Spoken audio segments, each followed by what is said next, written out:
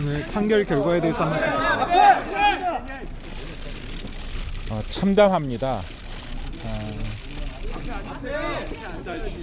과연 지난 50여 차례에 걸친 재판을 과연 이 재판부가 어떻게 받아들였는지 도저히 이해가 가고 납득이 되지 않습니다. 정해진 결론에 일사불란하게 꿰어 맞춰진 듯한 느낌을 지울 수가 없습니다. 그동안의 재판 과정에서 쟁점이 되고 변호인들이 최선을 다해서 주장했던 각종의 문제 제기에 대해서 일축하거나 충분한 설명 없이 이렇게 일사불란한 판결 선고를 보면서 이유를 알 수 없지만 우선 참담하고 안타까운 심정이라는 거 말씀드리겠습니다. 아마 사법부는 우리 사회의 인권과 민주주의를 지키는 최후의 보루이고 30여 년 전으로 후퇴하려는 이 사건을 적어도 후퇴를 막아줄 보루라고 판단했는데 어찌된 영문인지 이번 재판부에서는 그런 역할을 하지 않았습니다. 사실은 무수히 많은 질문들이 떠오릅니다.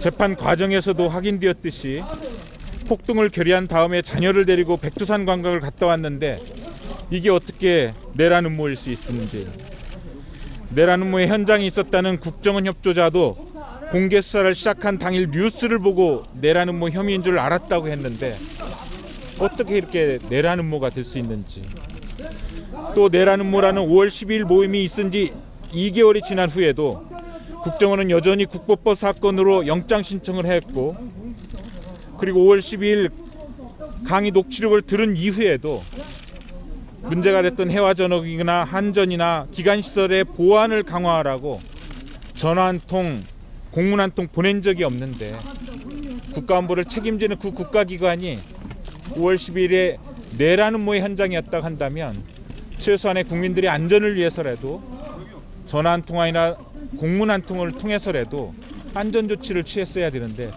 그걸 하지 않았다는 것은 이 사건을 수사했던 국정원조차도 5월 12일 처음 녹취록을 풀면서 내란 음모를 상상도 하지 않았었다는 것을 의미하는데 이게 어떻게 내란 음모라는 것인지, 이른바 총책과 주요 간부들이 지난 3년 동안 미행하고 도청하고 온갖 사찰을 했으면서도 휴합하거나 모임하거나 지시한 사실에 대한 구체적인 근거도 하나도 제시하지 않았는데 추측으로 내란 음모로 기소하더니 또 오늘의 판결은 이 모든 것을 추정으로 판결하는지 이해할 수가 없습니다.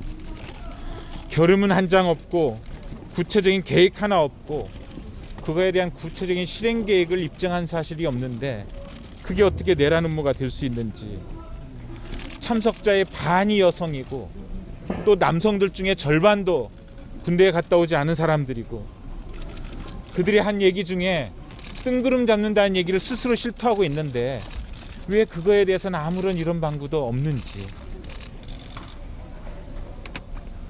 졸면서 들은 사람, 강연 내용도 잘 몰랐다는 사람, 5월 12일에는 중간 간부란 사람이 참석도 안 하거나 늦게 오거나 어떤 모임인지도 모르고 제대로 모르고 왔던 이 모임인데 이것이 뭉뚱그려서 어떻게 내란 음모 결이라는지 떠오르는 질문을 잠재울 수가 없습니다. 지난 세월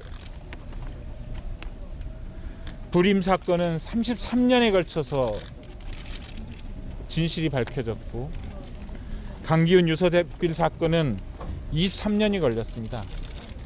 저는 이 사건이 적어도 이 시대 법정에서 진실이 밝혀지는데 6개월이면 충분하다고 생각했었는데 진실을 밝히는 데는 좀 더 많은 시간이 필요할 것 같습니다. 앞으로 항소심을 통해서 다시 한번 꼼꼼히 냉정하고 차분하게 1심에서 간과했던 여러 가지 쟁점에 대해서 하나하나 밝혀나감으로써 이 시대 인권과 민주주의를 애썼던 한 사람으로서 우리 변호인단들 모두가 그 소임을 다하고자 합니다. 이상입니다.